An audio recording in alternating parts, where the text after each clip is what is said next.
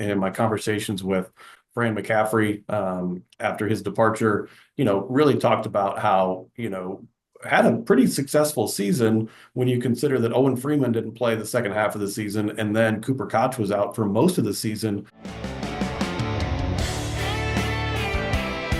Welcome to Hawkeye with me, Dave O'Hara. Momentarily, you'll see our good buddy, Kent McCausland, joining us. Kent has joined us throughout the years here, and we're going into year 6 now. We're closing out year 5 of Hawkeye here, and can't wait to bring Kent on here on statewide television. Kent, of course, former Iowa Hawkeye basketball sharpshooting great, and we have so much to get to with Kent. I'm going to just jump right to it. Kent, of course, you're an Iowa high school basketball Hall of Famer. We went in last year with Kirk Speraw. Well, hey, a former teammate of yours, Ryan Luehrsmann, went into the Hall of Fame this year. And he and I talked a couple of weeks ago, right after Fran McCaffrey was let go. And last time you joined us here, Kent, was a couple of months ago. And a lot has changed since then. But first and foremost, how you doing and what's happening in your world at PDCM Insurance? You're killing it in the financial world. How you doing, Kent? Well, yeah, trying to do the thing here and taking care of a bunch of people at a great company, PDCM Insurance, and about 60 employees. And so we got a lot of families, got a lot of young people, and people are having families and starting families here in the Waterloo, Cedar Falls area. So it's all positive. And then I chase my own kids around most of the time, 16-year-old and 11-year-old boys, all into golf and basketball and everything else. So very busy as we head into the spring and summer. And like you said, Ryan Luehrsmann getting named into the High School Hall of Fame, that's terrific. He could be in there as a coach. I mean, he won a state championship, really did a nice job coaching in Cedar Rapids, and then also just with his play as a high schooler. I mean, he was always on our scouting reports, even as a young player, a sharpshooter and needing to know where he was on the floor at all times. And also, if some people didn't know, but Kyle Galloway also was inducted into the Hall of Fame, and so he was another teammate of mine. And Dr. Tom loved Kyle Galloway just because he was just a really sharp, smart kid that could really shoot it. Had some back problems throughout his career and kind of battled some of that stuff, and played for Steve Alford as well. So, but Coach Davis really liked him and kind of brought a different, a sharpshooting 3 or 4, depending on where you want to put him. And he could do a lot of different things. So he saw him at the state tournament when Kyle went off during his high school years. It's interesting that you mentioned that because Ryan and I talked about that off the air. I'm going to have Kyle on, and thanks for leading me down that path. We exchanged information, and I'm going to be reaching out to Kyle later on this spring and having him on. Besides Bennett Sturtz and Tavion Banks coming over from Drake with Ben McCollum, you've also got Howard and also Combs, and then Camwell. So there's 5 former Drake players that came over with Ben McCollum. Then you look at the great transfer as we record this on Wednesday afternoon, April 16th. The other day, Brandon Housen came over from K-State, from Villanova to K-State, and now Iowa. Sharpshooting great. And man, I've seen him play before on television, Kent, but also some of the video. Caitlin Clark would also say, wow, that's a logo 3. I mean, Brandon Housen can go 25 foot, and I mean, this guy shoots bombs and daggers. So we got Brandon Housen, then also not coming from Drake, but another Missouri Valley school, incoming freshman, won some state titles at Valley High School in Des Moines, is Trevin Jurek. He's coming in as a freshman, 6'10", kind of a big guy, a 5 guy, but plays 4-5. So it's going to be interesting to see how Ben McCollum uses them. And of course, Cooper Koch. And we talk about Cooper Koch. It was yesterday announced JR had talked to some media, and he was quoted as saying that Cooper Koch got his 4 years of eligibility. He got his medical red shirt this past year from a collapsed lung that he battled with. So he's going to be ready to go, and he's committed to return to the Iowa Hawkeyes. Of course, lost Josh Dix, lost Owen Freeman, lost Brock Harding, Peyton Sanford to graduation or lack of eligibility. And then Bryce Sanford, his younger brother, goes to Nebraska for his last 2 years, or at least next year. So it's interesting to see all this turmoil. And to your point, Kent, you and Ryan Luehrsmann didn't have to deal with all that. So technically, I guess it's a new coach, but Cooper Koch is the only one who's really dealing with the transition from Fran McCaffrey to Ben McCollum. So it's intriguing, Kent, in that perspective. Right. I mean, you've got 5 Drake guys, so they're going to feel pretty comfortable, but freshmen or people transferring in are going to have to figure it out a little bit. And so then Cooper, obviously, from one style to the next. But the fact is, I think Cooper is he's a high IQ player. So I feel like he'll be able to make that transition. But he was really playing well. And in my conversations with Fran McCaffrey after his departure, really talked about how, had a pretty successful season when you consider that Owen Freeman didn't play the second half of the season, and then Cooper Koch was out for most of the season. But he was playing extremely well. So Cooper was still practicing. It's not like he was medical, redshirting and not being able to practice, and he was just sitting on the sidelines. He was practicing and taking part in those scrimmages, et cetera, and playing very well. And so Fran just noted, hey, we missed out on the kind of that second half of a Cooper Koch, of a freshman kind of coming into their own. He would have been a terrific outside shooter, but also a good athlete, tall, long athlete, which is right up Fran's alley, right? That's the kind of guys he likes to have. So, pretty solid season when you don't have two high performers on your squad that you thought you'd have. A big tip of the cap and appreciation must go to Fran McCaffrey. I don't think there's any question. He was one of the best coaches in the country when they got him and wanted him, and then came in and was able to prove that he could win at a high level. Yeah, people got, I think, disenchanted towards the end, and then maybe that's just the cycle of what it is to be a coach at a one place for 15 years. But the fact is, he came in the first year, took a team that was in the bottom, in the basement of the Big Ten, and took them to an NIT, bid where they were able to at least compete. And Matt Gatens had one of the funnest games that I've seen at Carver Hawkeye Arena, where it was just on fire, and Dayton came in and people were excited again for Iowa basketball. And that was part of what Fran brought, was excitement and that up and down style. Well, then the next year they go to the Final Four of the NIT with Devin Marble, another player that we can look at that's got better and better every year under Fran. The following year they were in the play-in game. So then they're not in the field of 64, but there's a field of 68, and go to overtime against Tennessee, and Tennessee makes a run in the NCAA tournament because of who gets beat ahead of you. So now you've got maybe a lost opportunity there, but you're bringing on the Adam Woodburys and the Mike Gassells and Peter Jocks. You're starting to recruit these kind of guys, and Aaron White, you pull him, a needle in a haystack and get a great one in Aaron White. So the recruiting started to get better as well. And then after that, they were in the tournament, off and on, and Joe Wieskamp and Jordan Bohannon. And I mean, pretty good players, right? And pretty good development of that program. The only thing that was missing off that resume was just, hey, can we make a run in the tournament? And I think that's what some people got pretty bummed out about. But tell you what, nobody's more bummed than the players and the coaches when you're a 2 seed and you have Luka Garza on your team, and Oregon just comes out and just goes lights out against you.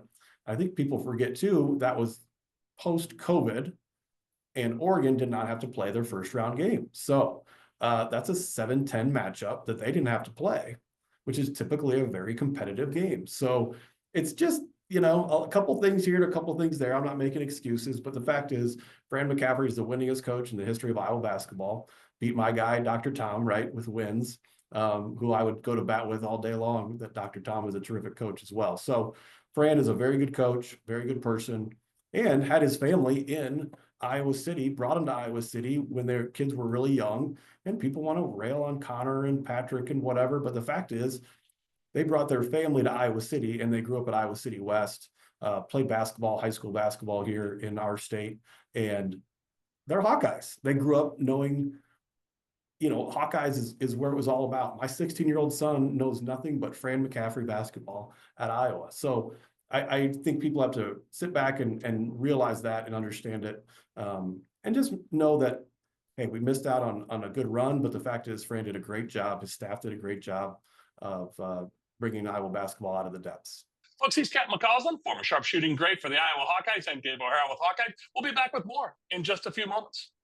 Hawkeyed is brought to you by Better Edge, your ultimate social betting marketplace. With no VIG, you're bound to win more on every bet on Better Edge. Founded by Hawkeye alum James Siles and proud Iowan Greg Kajewski, Better Edge delivers an unmatched betting experience. Plus, what's not to love when they're committed to supporting charities and children's hospitals near you? Join the action now. Sign up at betteredge.com/Hawkeyed and get $10 to start winning more today. Better Edge, where your social betting means your bets go further and you win more. Welcome back to Hawkeye with me, Dave O'Hara. Kent McCausland will join us momentarily on screen. Of course, Kent, former Iowa Hawkeye basketball player, great sharpshooter. And Kent, we've talked, you and I have in the past, about the players coming over with Ben McCollum. Hey, does it really always have to come down to finances, or can we take a look at building a program and a team? I think that's the $1 million question of what does it look like here going forward in the future? There is a lot of talk about what can Iowa actually do from a dollars perspective. Also, what does the landscape look like moving forward from a legal standpoint? Is there going to be a salary cap, quote unquote, as we head into July? I mean, that's the discussion around, a possible cap for revenue sharing, and that's what's going to be available now. Then the question becomes, are we trying to stick the toothpaste back in the tube now that it's all been let out and everybody's been able to do anything they want? Talk about the SEC, talk about Big Ten, talk about whoever you want. Now that they can do whatever they want, are they still going to play by the rules that may be created? We don't know the answers to those questions. It's tough to know. I think at this point, people want and are excited about Iowa basketball. Coach McCollum has drummed up some excitement. I think he is a great person for the job because of his coaching acumen. Other coaches look to Coach McCollum, and that seems to be the prevailing thought, is that he's a very well-respected tactician in his field of coaching, and people look to him and talk with him about their own teams. So you have a very good coach, very good mind, but you got to have talent, because now, you are in the Big Ten. There is going to be some extremely good talent coming from, Ohio State or Michigan State, Indiana. Now, some of these teams were able to go buy really great rosters, but can't put together the team atmosphere. So that's the next problem I think that a lot of these coaches are going to deal with, is keeping the locker room together, cohesive, even though each guy is making a different amount of money, which is just like the NBA. Essentially, you are dealing with egos and dealing with people making more money and having different thoughts in their heads about what's important, what's not important. So then I think the coaching in the locker room becomes very important. And so these younger coaches are okay with that. I think some of the Roy Williams and the Mike Krzyzewskis of the world said, no thanks, I'm out of here. I'm not doing this. This isn't what I signed up for. I think it just the unknown of all the NIL and all the money that's flying around. And we hear some pretty big numbers being thrown around for some talent. At some point, it seems like, are you really going to keep writing checks to players?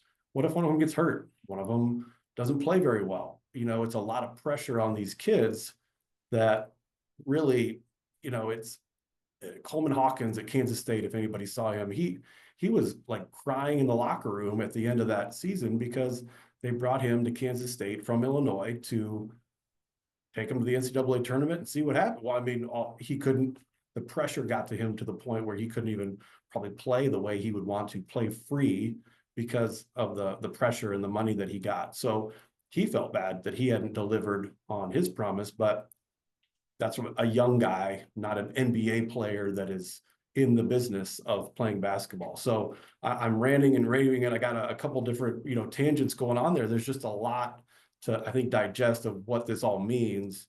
I think eventually it would be best and in Iowa's best interest to have some sort of cap that evens the playing field a little bit. Will it change who we go recruit and how we recruit them? I don't know that it does. Ohio State still got a bunch of money in football, and the Michigan State in basketball is still going to be able to go get, but we know who we can go get and who we can go be successful with. And we'll continue to go down that path, I think, in both football and basketball. But it's such a unknown right now what the next couple of years looks like. It may end up in courts where it might get stuck for a while. Who knows? So it's a lot to kind of digest and keep tabs on. Yes, no, you can rant and rave all you want, because this is why I have you on. Far better, less of me and more of you, or more of the guests, is always my goal. And, with your experience being around the game, not just being a former Hawkeye great, you get it, and you and I have had many conversations off the air. So this is exactly what I want the viewer to understand is these players that get the most money in college are essentially the best players in college who can't go to the NBA yet because they're not good enough. And so if you were good enough, if you were a big time athlete enough, you would go and just go in the draft and start your NBA career, because that's what people do now.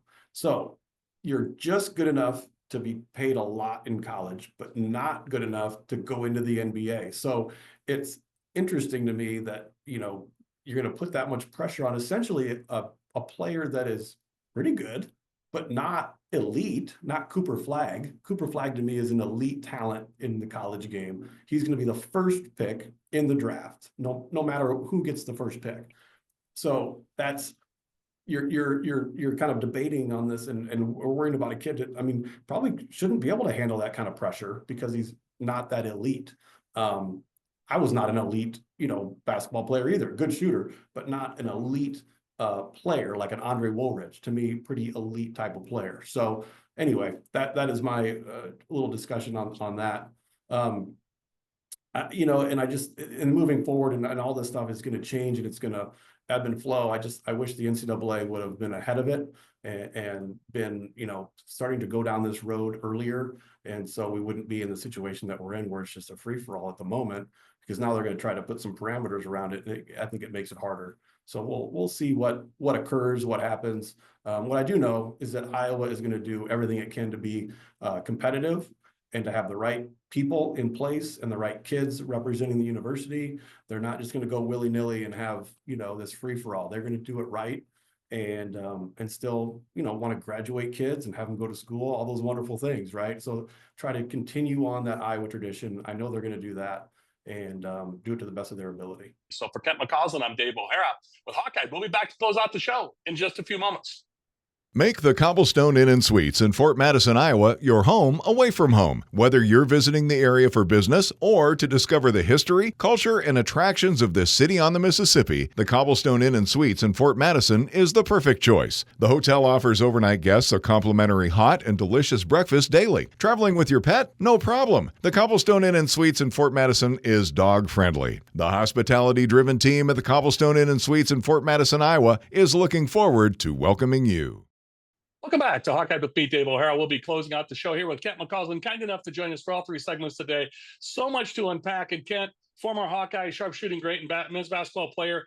And Kent, I got to tell you, to me, talking to you about this on and off the air, but bringing it on the air for the viewers, your perspective, again, as I mentioned, second to very few, because your position as a former player from back in the day, over 25 years ago, to where we are today. And curious on your thoughts on all this cash flow going around, whether they're football schools or not.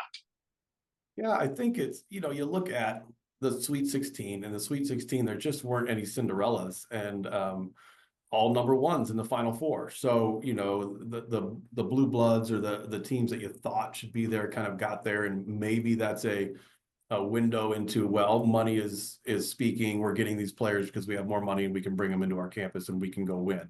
That's possible. It's also possible that they just didn't have a Cinderella this year that made that run. A lot of people think, I believe, that, hey, this is going to be the end. NIL, if it continues this way, it's going to be the end of really having to recruit a lot of high school kids. It's going to be a top 70 to top 80 high school kids will get recruited. And then after that, you'll just go to the portal to finish up your team. I mean, we saw a lot of teams do that, and recruiting out of the portal instead of hitting the high school. Maybe you'd have notes about the high school kid, but you might wait till a couple years later, see if they turn into something, and then have an opportunity at them in the portal. So I think that might change that dynamic a little bit. So is that an opportunity for some schools to say, not all the high school kids are going to be, recruited. Let's go get some of that good talent that we feel can be, an advantage for us. We can't go compete in the portal with a bunch of money. So let's go get the high school kid. You bring them in, and then try to keep them throughout their whole career and grow them in your program. That's possible. Now, it's also possible that you get a great kid and he puts up huge numbers as a freshman and leaves the small school and goes to the big school to get the big money. That's also part of it. So there's some intangible qualities that I think coaching is going to play a big part. I think culture and atmosphere, everything around your team and your school is going to be important. Do I want to stay here? Can I stay here for a little bit less? Maybe. Okay. So there's going to be a different perspective on that. Then there's the talk of, SEC schools, or let's say basketball only schools like a Creighton, like a Villanova, St. John's, the Big East schools.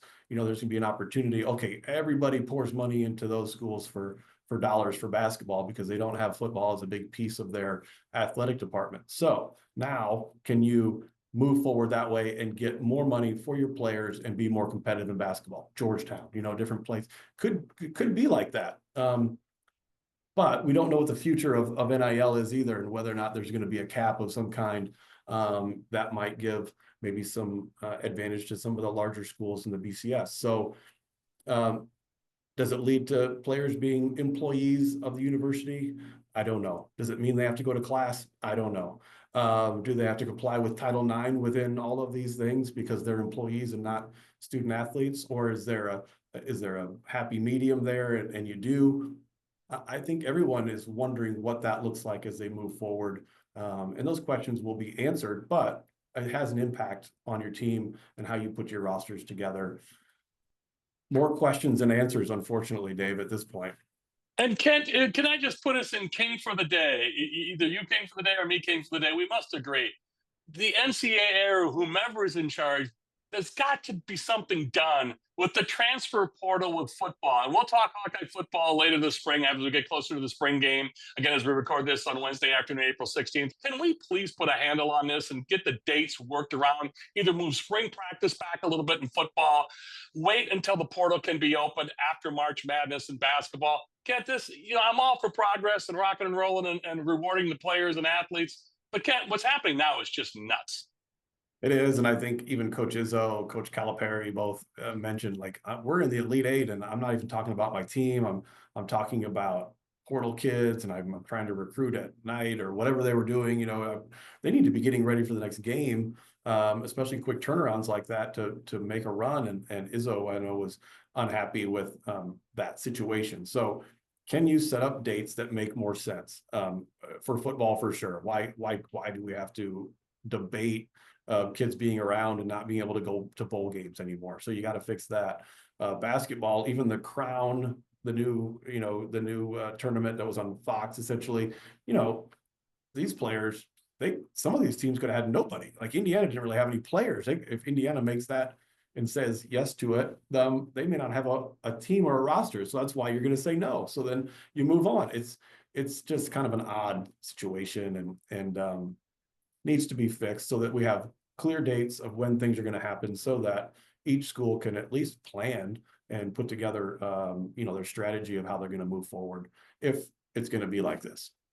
So intriguing that you mentioned the Crown, because just last week and the last couple of weeks, I host a weekly radio show on WMT throughout the state of Iowa, the Circa Sportsbook Sports Betting Show with Mike Baum, VP of Operations. And Mike joins me on the Hawkeyed show here regularly too. And we talked about that. Circa was one of the main advertisers or sponsors in year one of the Crown tournament. And he mentioned going into it, he said, Dave, Iowa's going to be in big time consideration because we saw Butler and Patrick McCaffrey and they made it and they were 12 and 18 or 12 and 19. So it's not like the NIT where you have to have a winning record per se, because there weren't teams available. Indiana with Mike Woodson being gone and players leaving.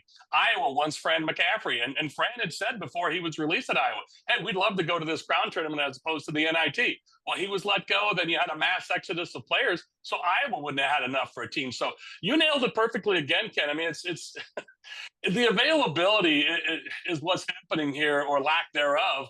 It's kind of like we talked about with football. It used to be back in the day where players would say, okay, do I want to play in this bowl game? I don't want to be Willis McGahee. For those of you who don't remember, Google Willis McGahee and when he blew his knee out in the Orange Bowl, but still had a decent NFL career. But that was the one consideration players had. Hey, should I play in this bowl game? Because if I get hurt, there goes my NFL career. Now it's much more calculated, and the timing is just horrible. But Kent, you and I could go on, and we have on the air and off the air, but I can't thank you enough for your candor. And again, the great thoughts that you have, being a former, Hawkeye basketball playing great. You come with great experience from where things were back in your day, right as we were coming into the 2000s. 99 was your last season at Iowa. Yours and Tom Davis's together, and Jess Settles. Of course, we talked about J.R. Koch, and Bowen was the year before you, Brian Bowen.